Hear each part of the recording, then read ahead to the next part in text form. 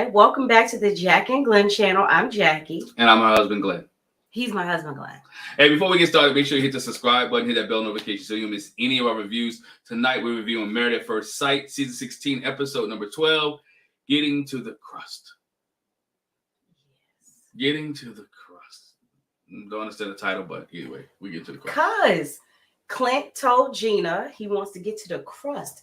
He wants to get deep down into the pie. Yeah, I got it. The crust. The crust. Yeah. Y'all excuse me. I had to get my hair done for something tomorrow. So it's not combed out. I just want to explain myself because I don't be coming on here looking like this. Okay. But you still look beautiful, though. So let me just say that. Oh, you just going to ignore that? I just said you look beautiful? No, I wasn't. Don't do that. Don't do that on camera. Oh. Don't do that on camera. No, I'm not ignoring you. I was in the middle of my sentence. Thank you. Oh, you're welcome. Oh, wonderful. Ah, that's so good. So good. Anyway. Glad to say you're wonderful. I love you. Anyway. Love you. All right, who we starting with? You want to start with Let's start with Nicole. Nicole and Chris. Let's start with Nicole and Chris. The whole goat fiasco. By the way, I don't understand the whole. Y'all explain. I need somebody to explain goat yoga to me. Yeah, explain goat yoga. What are the goats supposed to be doing? I think our daughter tried to say it's just extra extra weight on you to help you stay in the pose or whatever, but they was just jumping all over. But how you stop them from pooping? You don't. They poop. I don't want to be with a goat on my back. They ain't necessarily gonna poop on you. Why not? Cause they know if the person they can stop pooping. Yeah. Oh yeah. Okay. They know it's not grass. Anyway, so we see Nicole and Chris go to goat yoga with her dad. Mm-hmm. And so she said she wanted to do something fun together. She was the one that got her dad into doing yoga. Yep. And then he ended up being a yoga instructor. I find that so funny. I can't imagine him being a yoga instructor. But anyway, so her thing was her dad's always been supportive of her, but he hasn't necessarily been supportive of this experience, this process. And so she wants a chance to bring Chris and her dad together. Mm-hmm. And so, they go to do the goat yoga, and she just, after they have a good time, doing the goat yoga or whatever, but they all have a conversation. And Nicole explains that, when she was growing up, how she grew up and how her dad and her mom got divorced when she was like 4, but she still grew up with both her parents, just not in the home. But as she grew up, she said she didn't really, her dad said that she didn't really want to be with him. Right. As a teenager, teenagers go through that thing, but she didn't really want to be with him. Like, she had an attitude all the time. But since she's grown since then, and, the dad said that this is the biggest change I've seen in her. This is a different kind of Nicole that I've seen ever in her life. And, Chris was like, okay, so is she happy? And the dad said, it's not that she's happy, it's that she's content. Content, but you got to see, the change, even when she was younger, she was a problem child. There were some things that she did that make dad and mom, but you see some kids who are parents who are divorced have to go through those stages and go through that situation. And so Nicole was, I wouldn't expect a young lady want to stay with her dad anyway. When mom and dad get divorced, I think when a young lady gets to a certain age, she would want to go live with her mom. Just my opinion, just my thoughts and my opinions. I think she would. I think with a young man, when he gets to a certain age, that if his dad is in his life, like Nicole's dad, they kind of lived everywhere. They lived together basically. Yeah, I think it depends on, from what I understand when it comes to, children of divorce, I think it depends on who they think was more at fault or who they're closer with anyway, because you would think the daughter might go live with the mom, but if they're not close with the mom, then, it all depends. But yeah, he said Nicole is content and he's happy for where she is right now. And he's just waiting to see where it goes from here. And even though he had told Chris, you'll have to wait till after decision day to call me dad, he said, you know what? Because I see how happy you have made my daughter, and where she is, you can go ahead and call me dad. And Chris was like, wow. You know, he said, you've earned my respect. I'll let you call me dad. And Chris was like, you know, you've earned mine as well. Yeah, all it took was a whole bunch of goats to crawl on his back to get the respect of her dad. No, it wasn't the goats crawling on his back. It was just, like he said, I see where my daughter is, you know, these 20-some days in. And it's like, okay, you haven't shown me something other than I saw in the first place. Been consistent. But how much that is Chris and how much that's Nicole? I don't think Chris did anything special to make Nicole change, except for being married to her. I mean, well, I think he's just himself, because we know she's had terrible relationships before. Guys that ran over her, treated her terrible, and I think that was dad's concern that, you know, you look nice at first, but everybody looks nice at first, and so he's seeing that Chris is still being consistent and in the person he presented himself as in the first He is place. being consistent, but Dad does know it's a TV show, right? For 8 weeks. I mean, so Chris could be somebody. I'm just saying. I mean, he's consistent. Yes, Nicole is being happy because, again, she's changing in certain aspects, but in some aspects, she's still herself. She's still in everybody else's business. She's still, you know what I'm saying, all that type of stuff. She's still Nicole. She just she's Nicole and married. I mean, let's be honest. She's everywhere. She's still. Why you on Nicole like that? I'm not I on. didn't even have nothing to do with. But I'm not on Nicole bad. What I'm saying, when you talking about Dad, he sees. I think Dad is happy. She is consistent. I think Dad is happy that she's not getting the phone calls of Nicole, but what's going on in her life with all the issues. I think Dad is happy from that standpoint, and I think it is Chris. A little bit of it is Chris that's making her that way. But again, I just haven't seen the major change. I like Nicole, but I'm just saying. You don't know. Her dad raised her. Yeah. He see the change. You don't know her like that. I know I don't like that. So how would you see? How would you know? But I'm just talking about on the show wise. Anyway, so this episode is when all the couples meet with. They met with Pastor Cal before. This is the episode where they'll meet with Dr. Pepper. And so we see that Nicole and Chris meet with Dr. Pepper, and she's like, basically, boring. Y'all are what we expect. You're on a good path. We just want you all to continue to build trust and experience vulnerability. And in talking with Dr. Pepper, Nicole just said in her interaction and being with Chris, she realized just how much her past relationships had affected her. They affected her more than she thought. And so she's trying to be more vulnerable and open with him. But when she's done that in the past, it's made her come off as weak, and, you know, she didn't get any respect. And so it's challenging her to be more open. You know, she said she realized that she was stuck in that pattern of not, first of all, with the crazy relationship, but then also expressing vulnerability and having a man take advantage of that. So she said, I was stuck in this pattern for like 15 years. Dr. Pepper's like, that's a sad place to be at.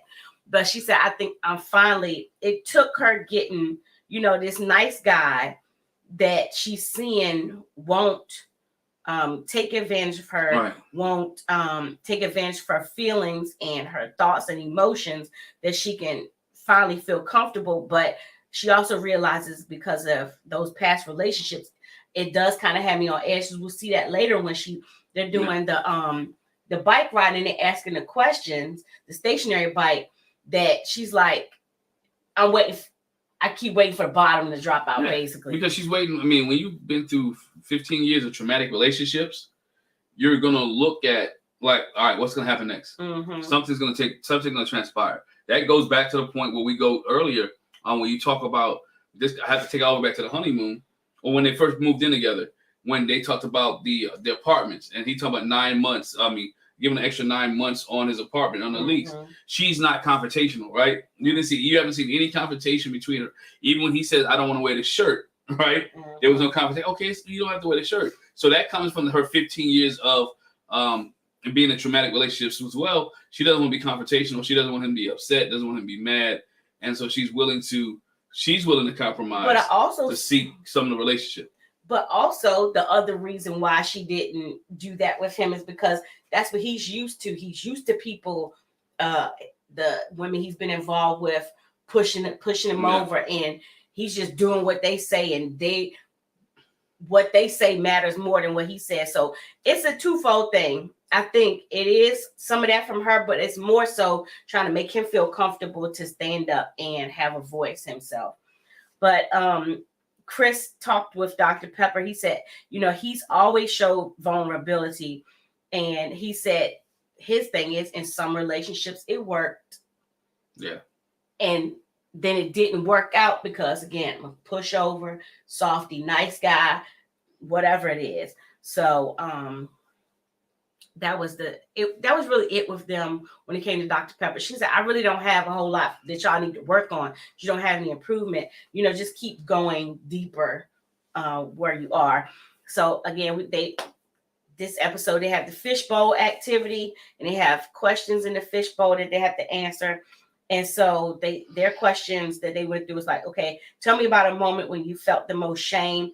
And she talks again about the time that the boyfriend burned her. If you love me, you'll let me burn you. Okay, sure, yeah.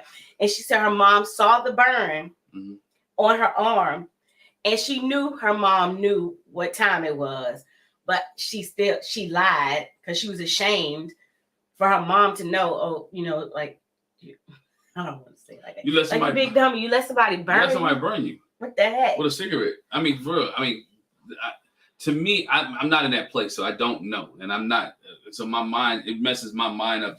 When somebody said, "Let me burn you a cigarette," my mind immediately says no. Mm-hmm. Right? I don't know how you get to the place where if somebody said, "Let me burn you a cigarette," you'd be like, "Okay." Right? I mean, I don't know, and I'm not in that place. That's not my character, not my makeup. And so I have not been in those situations. So to me, somebody say, "Oh, prove my love, I'm gonna burn you a cigarette." You better get the heck out of here. I don't love you. To me, it just seemed weird. I mean, that's to me not weird. You got a self-esteem issue, confidence issue, things of that nature that you need to take care of. Because at that point, and as a parent, I will feel some type of way if my child was that naive to allow someone to do that. I would feel it. I would feel it if I had kind of failed as a parent. So. Yeah, but she said, her mom, like I said, knew what time it was, but she didn't press it. Chris talked about the time that he threw a party at his place. It was underage. There was some drinking there. His mom came and brought some brownies, and the police ended up busted up the party, and his mom got arrested. Yeah. Because they were in there underage drinking, and there were kids there. And so he was like, I was so ashamed because my mom got arrested for something that I did. She took the fall for you? Basically. I bet he ain't get no spanking either. You know what? If my mom got arrested for me, what would happen when I got home? Not a spanking. Shoot. That's a whooping. Dog, I might not even be on this podcast, right? We may not even be on this video right now. That's a beating. Man, my mama would have killed me, boy.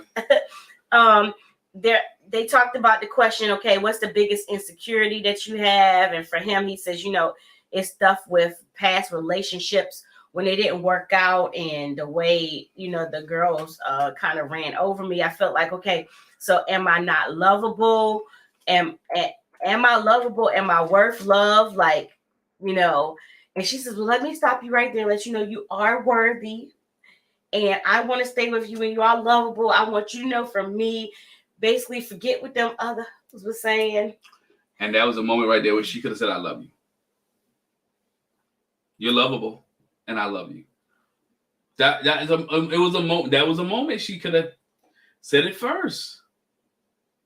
She's not gonna say it first. He's gonna say it first. I don't know. But she says, she understood where he was coming from. She's been in that place as well. When you had that insecurity, it's like, you give so much to somebody and you don't get anything back. Their other question was, what worries you the most at the moment? And that's when she said, I'm afraid that our happy little bubble one day is going to burst. In my mind, I'm thinking, because she's been through these toxic relationships, these traumatizing situations, she's like, in the back of her head, it's like, you don't deserve to be happy, and one day you're going to ruin it, basically like you always do. It doesn't work out. Same thing, kind of with Chris, just more negative. She's negative than Chris. When you keep bringing negative around, negative happens, right? And to me, you keep talking about that type of stuff. That stuff it comes up. Of course, in a marriage, you're going to have bumps, right? You're not going to agree on everything every day of the week. Or for the next 8 weeks, there's going to be a disagreement. It's how you handle the disagreement and how you communicate in the disagreement that makes the relationship work and stand still. And I said it on many podcasts, on shows. Understand the rules of engagement. Understand the rules. There's some things that you should and should not say when we having a disagreement. And as long as you stay within that confines or within those boundaries, we're fine. And understand your disagreement doesn't have to stay forever. There's no bad days, bad moments, bad seconds, bad minutes. But you can't have a whole total bad day. So that's really it with Nicole and Chris. Next, let's go with Gina and Clint.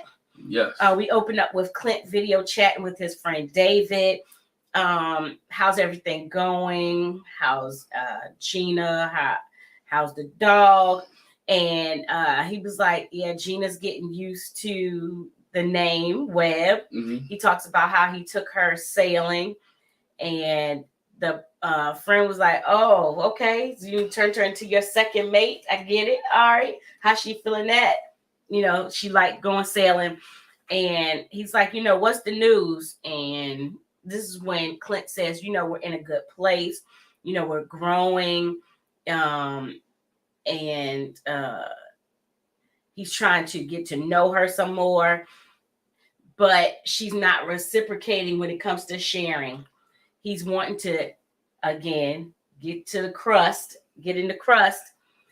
And more ways than one. Yeah, and his friend was like, well, you know, you're an open book. You never had a problem talking. And I'm sure it's hard for you to get used to someone who isn't. But his friend was like, you know, you're going to have to give her some time. And to get to the next stage, give her some time to open up and find some ways to help her open up. But how peel back those layers? Yeah. You know, how do you in the world, you know what I'm saying, have this situation with her yes. opening up, right? With her opening up, it takes a minute for her to open up. But again, it's been 4 or 5 weeks. You have to be able to get ready to open up. And she got to be able to communicate. And you got and she talked about her being independent, her being the boss. In a marriage, you have to open up. In a relationship, let's not forget the marriage situation. In a relationship, this is why they all married at first sight, because she didn't know how to open up, right? She was caught up in the work. You got to be able to have that conversation. You got to be able to converse with your spouse. And I shouldn't have to always pull everything out of you. You should be at this point, she should be willing and wanting to talk to Clint. They can talk when they go to the bull riding. You can talk when you're on a redneck bus. You can talk when you do all those different other things. But let's get to the nitty gritty and have some real conversation. And you're still sleeping in your room after 4.5 weeks. What's the problem? They ain't there yet. Look, it doesn't take nothing to sleep in the bed with somebody. It does not. Right? I didn't ask you to. He ain't asked you to sleep naked. He ain't asked you to do no laundry. He ain't asked you to do none of that stuff. I don't care if you put who had that. The season that had the big pillow barrier in the middle of them. If that's what you feel like doing. Then Val used to do that, or Johnny. Val or Johnny, whatever. The big pillow in the middle. Do that. But at least sleep in the same room so you guys can have those late night conversations instead of him saying, "Hey, you sleep yet?" Yeah, I'm sleep. Y'all talking through walls. That don't make any sense. Yes, in Desiree, yes. I got my hair done for tomorrow, and I came home like this, so to be ready in the morning. You know, otherwise I wouldn't do that. Yeah. I wouldn't do that. Yes, I got my pin curls. But anyway, so yeah. They have to open up. It should get to a point. That's what Dr. Pepper talks to them about when she meets with Clint and Gina. Clint talks about, you know, how we've grown, we've gotten better. You know, she comes in my room now, and Hank's already in there. And Gina was like, you got somebody in this bed. Gina was like, yeah, see, Hank's, you hear me? He said Hank's in there. But he was like, you know, I enjoy her coming in my room. I just thought that was so funny. She came in my room and we spent some time together chatting and talking or whatever. And Gina was like, you know, we just been really focusing on having fun and everything. Dr. Pepper was like, hold on. Thank you. I like Dr. Pepper. It's good. It's good to have fun. But you're going to have to do more than just have fun. That's not what marriage is about. And if you really want to go take it to the next level, the next stage is it's just not about fun. She said, you're going to have to go deeper. Yes. You know, you're going to have to be more vulnerable and open, and that will help increase the chemistry. And Gina shared that, you know, with her past experience, you know, I've struggled with being vulnerable and open to men in the past. You know, I grew up with a single mom, so it's easy for me to be vulnerable with women as opposed to men. And, you know, I think getting to know each other better will help us getting deep. You know, they talk about how we had this little negative thing, which I'm glad they're not like our girl Alexis. You keep bringing it up. You know, Newton got attacked. She doesn't keep saying athletic and slender. Not sure. Athletic and slender. She just says, you know, our little incident that we have. But how much time does it take for people to get after 4 weeks? I've been on a plane ride with somebody after about an hour and 2 hours. We done talked about a whole bunch of stuff. You're living with somebody 4 weeks, y'all married, and you talking about you still get to know them. I don't like that term on this show. I still get to know them. I got to get to know them. You've been together 4 weeks, 20-something days, and you don't know them yet? See, but you're saying this from a person that's more extroverted. Duh. You ain't the type of person to keep your thoughts or your feelings or your ideas to yourself. For some people, some of us, I'm sorry. You know, some of us are not as open. But I'm think about this though. But I want you to think about it. Let's not think about married at first sight. Let's think about these people as if they're dating. Mm-hmm. You're dating. You're in a relationship for 20 days with a person. Mm-hmm. Right? Let's forget married at first sight. And you haven't opened in your traditional dating. After 20 days, we do know something about you. Yeah, but if you don't like them, you ain't being vulnerable about them. If you're not attracted to them, after 20 days, let them go. You can't but do that. you can't do that in married at first sight. Oh yeah, you can. You be a but that's what happens. But that's the difference between dating regular and being married at first sight. You got to treat it like dating in order for it to last. Yeah. But Clint says, you know, I try to be as vulnerable as possible and be real. You know, he said, especially since he talks about how he had a 3-year relationship. And basically, he said, even after those 3 years, I realized I was still dealing with her representative. Mm-hmm. You know, she had this false persona that wasn't really who she was. And so he says, you know, I want to know the crust of you. I want to get to the crust. And he said, you know, she said that he's not initiating the deep conversations. And so she's not going to start it either. And that's a problem. Dr. Pepper's like, okay, what will it take for you to open up and share? And she was like, you know, it's going to take me time to initiate, like give me some specific questions. And, you know, he was like, I don't want to just have to just be asking you a list of questions to initiate. I want to be organic. Let's sit and talk. He said, basically, I don't want it to be like an interview. I want to be like I have you on a witness stand or nothing. If you know this about you, it should be something where you share a fact a day. Put that in the fishbowl. You pull it out and share a fact a day. Mm-hmm. Do something to spark the conversation, right? Mm-hmm. He shouldn't have to ask and like pull it teeth. Mm-hmm. Do something to initiate the vulnerability or the openness about who you are. It shouldn't have took the fishbowl for him to realize that, you know what, that you grew up as a single child and you had to do all these other things. And this is why you are the way you are. It shouldn't. I understand that fishbowl activity, but those to me are like, again, I'm a talker, but those are the conversations that you have on the honeymoon. You got 7 days to learn to get to know this person. Well, I guess they spent their honeymoon arguing about slender and athletic. Sorry. But Dr. Pepper said, we all have a way that we normally operate, but you really don't have that liberty in the married at first sight experience. Right. So we'll have to not stick to the styles that just we like. We're going to have to do something different to get a different result. We see them later. They have their fishbowl question. One question, do you avoid asking for help? Why do you avoid asking for help? She was like, you know, yes, I do avoid asking for help. I'm used to having to do for myself. She says, I want you to know lack of delegating is my toxic trait. Mm-hmm. I'm very independent. And so I don't like to ask for help. But he said, I'm very independent too, but I don't have no problem letting somebody know, hey, help me with this. Mm-hmm. And it's not a sign of weakness or anything like that. It's just a moment. It's just a moment in time. Sometimes, we all need help. I know. You gotta be able to speak up. Sometimes, what's the thing that you need to let go from childhood? And she said, my issues with abandonment and rejection when it came to my parents getting divorced and how my dad wasn't around. Children can find that as feel like that is rejection.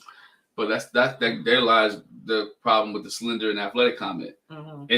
She felt like he was rejecting her and wanted to, you gonna reject me? I work out at the gym 6 hours a day. Because her explanation was, I do this, this, and this. She felt like he was rejecting her. How do you know I'm not athletic? How you know I'm not athletic? I do hits.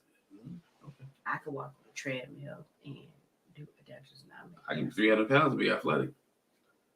No, you mean do hit. And I mean that too. Yeah, I mean, you could. Look at NFL players, 300 some pounds. Yeah, that's true. Clint talks about how his parents. Yes, Les, please. No, we're not talking about Shaq. He got hip surgery. He got hip surgery. He needs a nurse now anyway. He did. Oh yeah. I'm just kidding. So Clint talks about how his parents got married really young. And how his dad worked hard and he really wasn't there for them. So he has a different kind of abandonment issue. Yeah.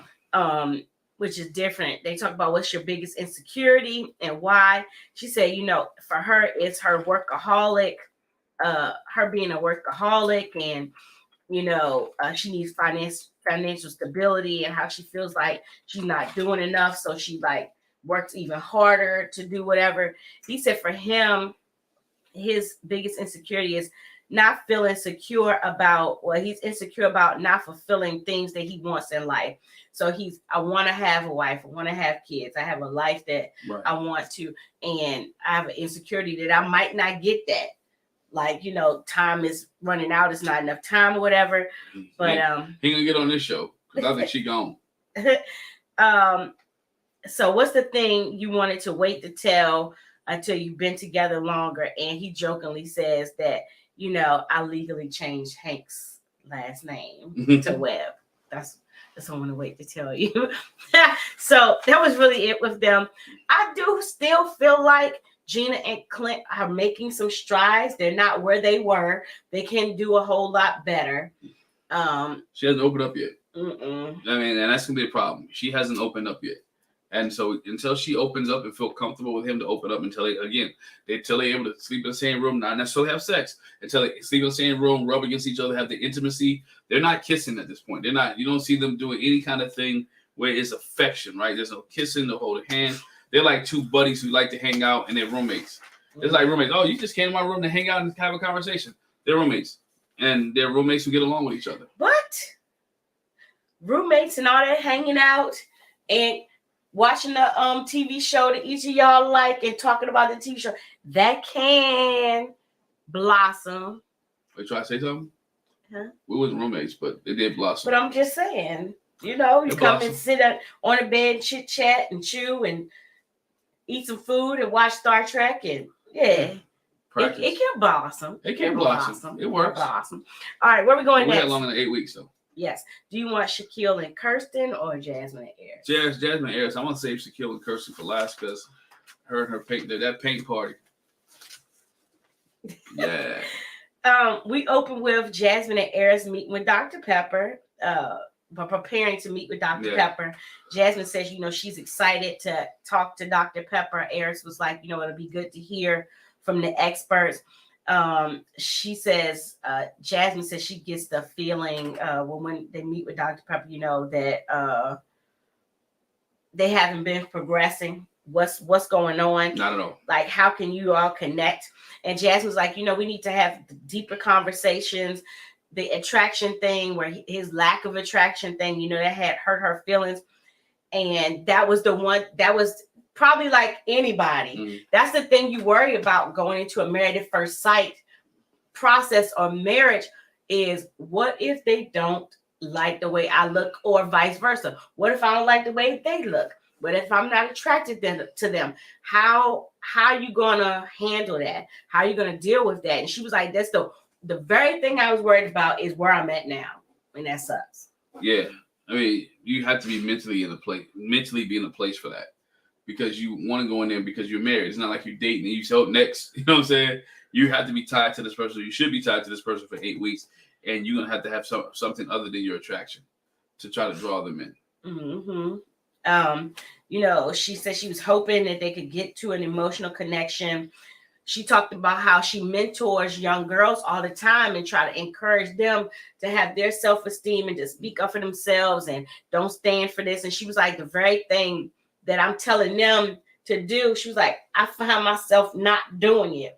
And the question was like, okay, why not? Why are you not? She was like, when I was younger, we moved around a lot. I felt like I didn't fit in. I had low self-esteem. I had grown into that. And she says that, it took me some years to get to the place where I really appreciated myself. My esteem had gone up and I love myself. To then be in this relationship with somebody, it's like, oh, they're not attracted to me. And that basically almost comes off like you're not attractive. Right. And she was like, I don't want to be in that spot. But here I am. But that pageant, being in the pageant world, right? Because you're winning all the time. And you're in a pageant world and people say you're beautiful, or you win the competition, meaning you're the most beautiful person there. But you still go home and you're lonely, right? Or you still don't have anybody. But you can compete in the pageant. I think that's what messes with her too, because how is it that I can win all these pageants, but I'm still single? Mm-hmm. How is it that all these people can cheer and clap for me and have this, and I still don't have, but my friends who are married and they got kids and I don't?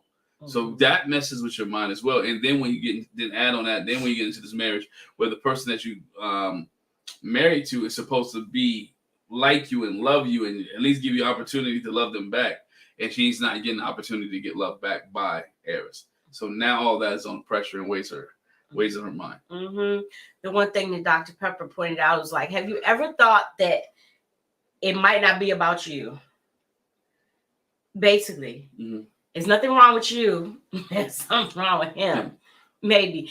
And because what Dr. Pepper says, he's 39 years old. Mm-hmm. Almost 40.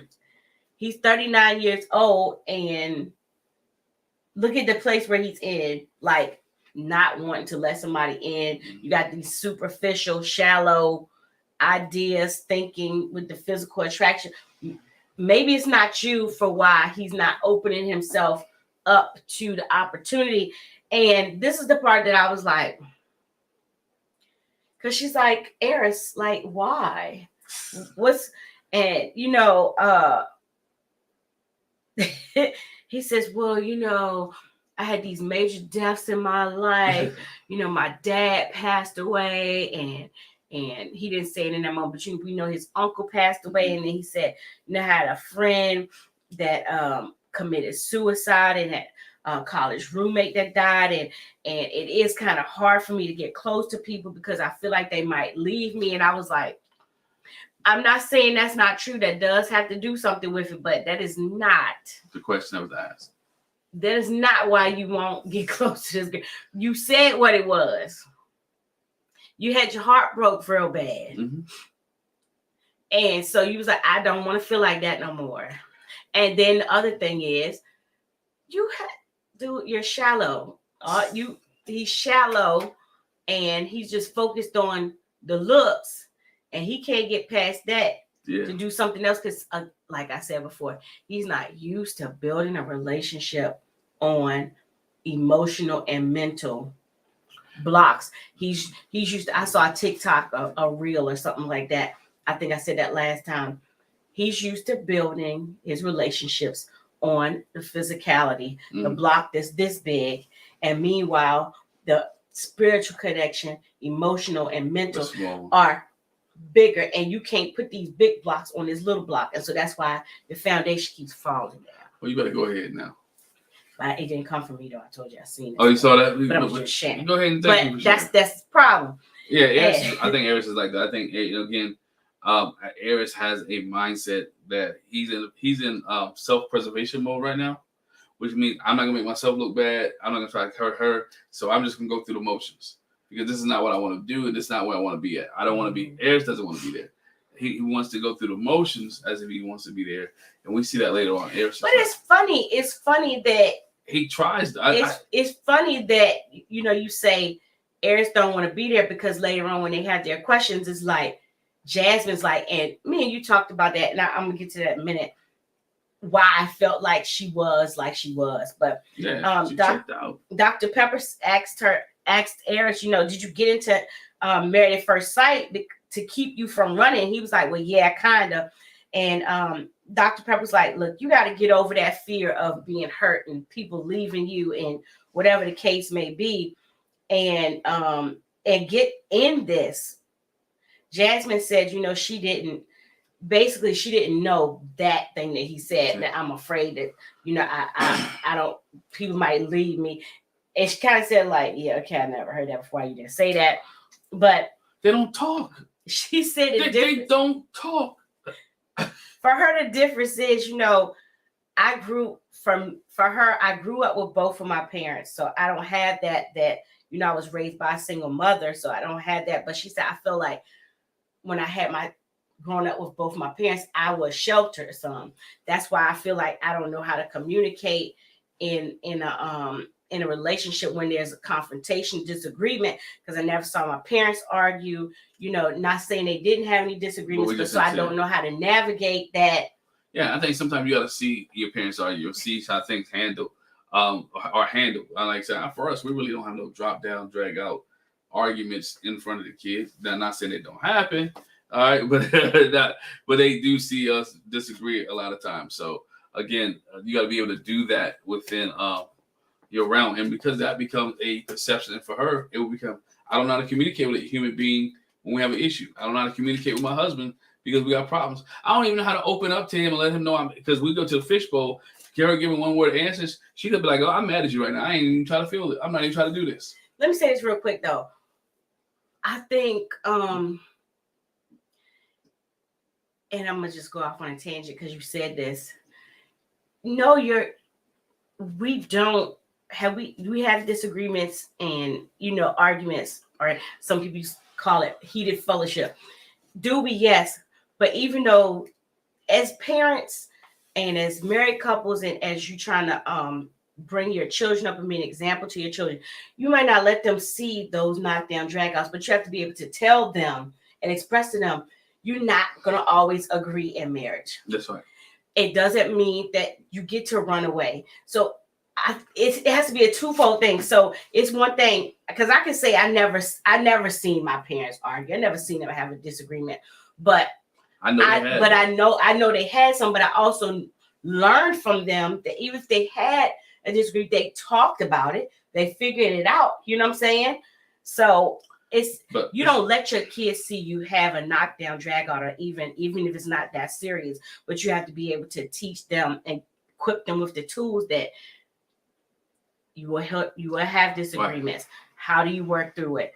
Respecting each other's opinions. But it's also, you got to go do this too.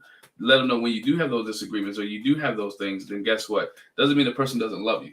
Right. The love is still there. It just means y'all disagree on a certain situation. You disagree on this topic. Doesn't mean they don't love you. They're mad at you. We just disagree. Mm-hmm. Right. So then we see them with their fishbowl questions. Okay, what would make you feel safe and secure in your marriage? She's like, I can't think of anything right now. So first of all, it's not even a question. It's the face. Yeah, I can't think the face. The face tells it all. Again, so I think somebody said in the chat over the group on the panel, Airris couldn't read a room. You read that room and stop asking these questions. I think he could read the room, but he was like, "We're supposed to do this activity." So I'm hell bent on doing this activity. Yeah, and maybe if I keep asking the questions, maybe she'll start participating. But she wasn't having it. The next thing, okay, what's the thing that you would like him to know? What? about your upbringing. That's your right, not mine. No, it's because it's over the whole of the paper. That's your right, yeah. not mine. The thing she would like him to know about her upbringing. And her response was, I think we covered that already. She has. She has. But she talked about that. She's not feeling him, and he can tell it. They're not having. But again, this is where I said earlier. This is where we're gonna stop these freaking fishbowl questions right now. And what's the problem? Right? What's the issue? Let's have a grown folk conversation. But again, he can't do that because he has communication issues as well. Mm-hmm. And that's one of the biggest problems. You have two people together that have communication issues. When they said that when they got married, or they said that when the family said that, I'm like, that's not gonna work. Because you can't have two people that can't talk. Mm-hmm. Or don't want to talk when there's an issue. Yeah. That's not gonna be a good marriage. What is something that you want to wait to tell me until we're together longer? She's like, nothing.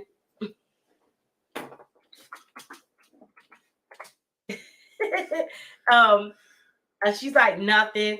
And he said, well, for me, I wanted to share. Well, then she said, oh, what's the hardest thing that you had to forgive? And he asked her, and she was like, well, why don't you go first? And he was like, when my friend committed suicide, I felt like it was selfish. I was mad at him for a while, and I kind of held a grudge. But since then, I forgive. And I said, maybe he obviously had some things going on that he felt like that he didn't want to be here. And so, I've forgiven him for that, and I'm good. And so that's what she said. After he shared this, she was like, nothing's really coming to me. That was so hard. And his thing was, I'm going deep and I'm not getting anything from her. And with the last question was, what worries her the most at this moment? And she's like, our marriage. And so what I wanted to say that we talked about is the reason why she's not giving anything, I think, is because she's like, okay, you already expressed that you're not attracted to me.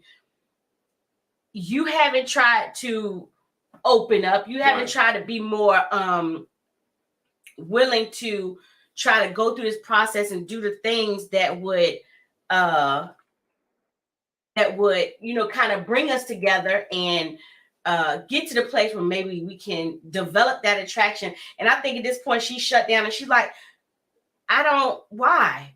Because you don't want to be here. And so guess what? I don't want to be here neither no more. And that's the point. She sees it. She realizes it's a dead end. Mm-hmm. Why would we keep beating the dead horse? And so why am I answering questions? You don't want to be here? I don't want to be here. So let's just ride through these 8 weeks and get our paychecks and keep it moving, right? And that's where she's at right now. Now, will she turn around or will she come around? I don't know. Airris even took it a step further. He went to ask her mama, like, what's going on with Jasmine? Mm-hmm. How can I see? This is where I was like, okay, is he playing the game? Or is he really trying to get connected with the girl? Because if I'm playing the game, I'm not going to go see her mama. Mm-hmm. If I'm trying to connect with her and I really want to have a relationship with her, then I go see her mama. And this is where my thing is, Airris, okay, you know what? That's a noble move right there. That's, you know what? When you really want to deal with somebody, that's what you do. Is how is it? That's where my light for him, like, okay, maybe he got me fooled. Some of y'all think he does. We'll see. But I feel like he's just going through the motions. If you ask me, I think that was something prompted. Mm-hmm. Okay. I really do. I feel like that was something prompted maybe by the producers because we know they do that. And you're right. He didn't tell her the whole truth. He didn't go into the whole, but she did know the fact that he didn't like her. He didn't know the fact that that he's been telling her the whole time, I'm not attracted to you, this, that, and the other. So mom knew all the information. Jasmine had shared it with mom. Mm-hmm. So it's like they're sitting there and he got some answers of how to help her. So yeah, you got to pull it out of her. The one thing she said that I was like, what? Oh, Jasmine told me that you said y'all wanted to wait on sex till decision day. And I'm not trying to make y'all have no sex, but what if things change in between then and y'all get to the point where you want to and you already made this decision that you're going to wait to decision day, then what? Yeah, but she also said, I'm not telling you to have That's sex. What I said. Yeah. So he may have me, man. He may have me because something when he talks, he don't open his mouth as much. He's this, that. He doesn't have any emotion, first of all. It's very not. There's no emotion that's there, but I do believe he cares about her a little bit. But he probably knows that it's not. I think she's just being nice, like you said earlier. He's trying to come off, not to look like a prick or butt. And so he's just doing this. So it's like, to me, the extreme Keith and Iris. I did the right things. I tried. I did the right things. I mean, he's at the point. I'm doing the right thing. I am a nice person. And I'm not hurting her feelings. So I didn't do like Chris and Layer, even though I didn't like her. Right. I could have did that. Look, see, I tried. But she wants though. She ready to go. Well, not no more. No, she not no more. Not anymore. She was at this point. No, ain't nobody trying to sleep with somebody that you know don't like your friend. Who's going to do that? Yeah, at this point, Airris is done. At this point, he's done. He doesn't have no emotion. No, I don't like it. Besides the no emotion. You don't like people's mouth don't open up when they Listen, talk. he be talking like this. His face don't move. I can't stand it. I want to see an expression in your face, moving them cheeks. You don't do something. But anyway, so last but not least, Paige. Last but not least, we got Shaquille and Kirsten. Dr. Pepper comes to pay them a visit, and they actually go see her. I think she's in like some common area in the apartment complex. And so they talk about, as they're going to see Dr. Pepper, they talk about how they could have used the expert when they had their little talk on the couch after she sat at dinner and said in front of everybody else, so it's a little bit of chemistry, so a little bit of attraction. And Shaquille was like, what the heck? But how you going to say that in front of people? How you say that, little people, and you always rub my head, or you want the chemistry, you want you want the intimacy, you want the attraction, you want all this, but you said it's a little bit. Yeah. But we found out why it's a little bit here, because I got it. Why? I know why. Okay. In this episode, we found out why there's a little bit of attraction, a little bit of intimacy. So I'll tell you why. They go to talk to Dr. Pepper, and it's like, okay, what is it that you want guidance on? And Kirsten was like, we need some help trying to communicate. She explains how they kind of had a breakdown with the conversation about the lack of attraction. The little bit of chemistry when they had the conversation on the couch was like they just weren't hearing each other. And Dr. Pepper was like, the thing about you all is don't make any. The one thing that I tell people is two things. When you're having a discussion, communication, make no assumptions about what the other person is saying or what you think or whatever. And her other thing is, she was like, the Bible says, do unto others as you have them do unto you. She said, Dr. Pepper says, do unto others as they would have done to themselves. Mm-hmm. And keep those things in mind when it comes to communicating with somebody and when you have a disagreement. It's like, okay, she talked to them about how can you become more open? Was there anything as a kid that affected you? And Kirsten said, when her parents split, it was like a shameful thing to her. Yeah. She got kind of closed off. It changed her life. She had to start making her own decision, handle her own feelings, and her way of handling that is I didn't open up. I didn't express them. And so it's hard for me to open up now. And so Shaquille said, well, for me, my mom was there, but she worked a lot. And her presence wasn't really there. So she was in the home, but she wasn't present in the moment. In the moment, yeah. And then for him, he said, when I found my biological father at 17, I had held a grudge because he wasn't there for all these years. And so I had a chance to, find him and talk to him about how I felt and why he wasn't there. And he said, later on, I was able to forgive him. Yeah, it takes a moment. I mean, that's a deep situation there. Mm-hmm. You gotta be able to forgive sooner or later. They talk about the Dr. Pepper's like, okay, how you doing with chemistry and intimacy? And so we've been doing better at it, here's what I was about to say. He's doing better. You know why they're doing better? Because he's initiating. They're doing better because he's initiating. She wanted him to initiate all this. And because he's initiating, she's okay. I'm fine with it now.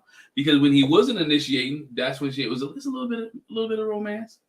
Well, you keep telling him no, right? And you keep telling him no. Why would you want him to keep initiating sex or initiating intimacy and anything? I'm not even necessarily sex because it's not on the table. It's getting there. It's getting there. But I'm talking about at this point, why you want him to keep initiating intimacy if you're not giving him? Nobody want to keep getting shut down. You keep telling me no. Keep telling me no. Keep telling me no. You're not getting it. So again, now Shaq has been committed to, you know what? I'm going to give her more intimacy on my end. I'm gonna push up on her. I'm gonna push up on her. I'm gonna make it happen, and we're gonna see what happens. I'm gonna see if her no really means no. Mm-hmm. Which that don't even sound right because it doesn't make sense, man. You know, they've been doing the forehead kisses, and that's okay. But you know, I want to graduate to bigger kisses. Dr. Pepper's encouraging them, and give her more. And if she don't draw back, then you know, then that's what it was. And he's trying to give her more. You're hearing her now. She wants more kisses. You know, give that to her. She's past the. I don't like the bald head. She passed that. But see, this is my problem. Oh Lord. It's communication. When she got to that point where she was past that, instead of telling her girl at the nail salon or getting their mani pedis in last week's episode, you should be telling your husband. Mm-hmm. You should be telling Shaq, hey, by the way, man, you know what? Kiss me now or give me a kiss. I like that. Kiss him for no reason. Let him know it's fair game now. Leave a note in his lunchbox. Give him a pail. Give him a note somewhere else. Email him. Email. I was gonna say leave a note in his lunch pail, but they don't do lunch pails anymore, right? But give him a note. Give him a communicate. Send him an email, a text message. They say, by the way, I miss you. I love you. Kiss you when you get home. Something to let him know that, you know what, I've grown past the stage I was at where I didn't want to kiss you, because she made it very adamant that she's not a very good kisser. Yeah. Right? And so he was like, well, why am I trying to kiss you if you're not a good kisser? Right. And she was telling Nicole was slipping notes underneath the door. Oh, that was hilarious. You can't tell somebody who got loose lips. But we see them later. She's like asking him for help coming up with her real estate logo. And, you know, he's drawing, how you like it like this? And she was like, you know, it's kind of a turn on for me, you know, to see a man handling his business and stuff. And I'm like, she was like, you want me to get you an invoice? He was like, nah, you ain't pay for me. She's like, I can pay you other ways, pay you later. And I'm sitting here thinking, I'm not even worried about that. I'm sitting here like, how long you been in real estate? Now you just now getting a website? How long you been in real estate? You just now getting But maybe she just now doing her own thing. Maybe she's been under somebody else. But I'm just sitting here, thinking. I think it was just a way for them to interact, you know, but they do their little fishbowl activities. Okay, what would make her feel safe and secure? She said him taking the lead. And really, we didn't even go through a whole lot of questions that they had from the fishbowl. Shaq got to take the lead. And that's what he did. The next thing we see, he said, she wants me to take the lead. We're trying to develop this intimacy. So we're going to do a little body painting thing. And the one thing that she was like, why did she go change and put on a white bathing suit? Why she put on? You doing body painting? To get that paint all over. Why you going to do a white bathing suit? She must didn't care. It must be one she don't care about. So the paint gonna dry, you know. But then he has small. She's like, you use them small brushes. You need a big brush to paint me. You're gonna need a lot of paint for this baddie. At least she's not like Nicole, who's ashamed of her body. Because Kirsten's thick down bottom. So you know that's where she at. So she needs some. He did. He took the lead. But let me tell you something. I'm gonna tell you the part that I laughed at. The part I laughed at. Like she was like, okay, what you doing? He was like, I'm taking my time. I've got a process here. And I was like, dude, all you did was do blue from the elbow to the wrist, purple. I'm thinking you was really doing something. To give a V. But again, I know it's TV. Cameraman probably would have went out like, I need y'all to leave. We about to do some body paint. This ain't no TV type stuff. But I was just like, when he said, oh, I'm about to do this body painting, I'm like, bro, you act like you was going to make some designs. And he was like, no, he didn't. He was like this. He was sensual in the arm. No, listen, I'm not saying he was, but the way he was doing it was. She liked it. No, I was like, she was like, oh, I like what you doing it. I was like, I'm sorry. As I'm talking about it now, I even feel it's corny. That part is corny. Oh, I see what you doing there. Okay, I like that. You painting me. Yeah, you silly. Look, that's their way of getting into it. It worked for her. It worked for her. What was the tipping point is the strawberries. He was like, do you trust me? Do you trust me? Can I do something? Do you trust me? She was like, yeah, okay. And so it was Yes, it was. It was what they needed. It's what they needed. I appreciate it. I was like, and like me and Glenn said, what she really wanted was, even though I'm telling you I don't like that, she wanted him to take the initiative. And that's why I said she wanted him to be the man and take the lead. Show some masculine energy. Yeah, like, come and give me a kiss, girl. But no, for real. But that's what she wanted. She wanted him to take the lead. She was shy, and because she kept shutting him down, putting the wall up, she wanted him to come and break the wall down, and instead of her taking the pieces off the wall. Yeah. And so she wanted him to do that. And now, since he knows that he has a green light, it's the same thing we was telling Michael from the Boston season. Yeah. Like, you laying in the bed with this girl, at least take your hand over there and try to put it on her back. Do something. You put your hand on her butt. She move it off, you know it's not a go, right? So at this point, this is what he's doing, and this is what he did. I'm gonna set this up. I'm gonna make this happen, and it might have worked out for him. He might have got him some little something that night, right? I don't know, but it's working for Shaq. She was like, "Come on, let's go get cleaned up." Yeah. And she says, "We might consummate. You'll never know." Okay, the producer might not know, but doggone it, we seen a preview. Shaquille absolutely told the crew. The rest of the couples, like, we did, and she was looking like, oh my God. But we'll get to that next week. But Shaq must be working with something, because she said she had strikes. And so Shaq must be working with what she's looking for, because he didn't get his third strike. Right? So y'all, I done passed out. You gotta go back to the previous episode. I done passed out. She said she needed, but for real though. I mean, y'all, I'm not joking. Not joking, but again, if he had gone through all that, and if they did go consummate it, and he wasn't able to do what he was supposed to do, and wasn't working with what she wanted him to work with, then he did all that for nothing. That's true, but yeah. So we don't know. We'll see. We don't know. But again, he's making an assumption. We'll see. But I'm happy for them. I wanted them to get there. I like them. I wanted them to get there. I felt like they could, and I'm not talking about to the sex thing. I'm saying to the point where they could actually connect, and get some more chemistry. But she had to really get outside herself, and Shaquille basically had to ignore her. Like, okay, yeah, I hear what you're saying, but come here, girl. And what she really was screaming for, she was really screaming for somebody to take the lead. Mm-hmm. And now for Shaquille, he has to take the lead every week. Until she feel comfortable to take the lead. What? No, not until she feel comfortable to take the lead. We're seeing that she's the type of person that's going to let him take the lead. He's gonna have to initiate though. Yeah. He's gonna have to initiate the kissing, the hugging.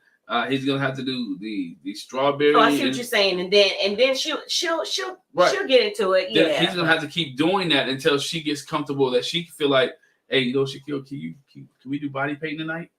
Oh, Shaquille, can we do cards tonight? Whatever because what's going to happen, he's going to get tired of keeping initiating after a period of time. And this is from the male perspective. He's going to get tired of keeping initiating. Husbands get tired after a while. I'm going to just stick with the husband.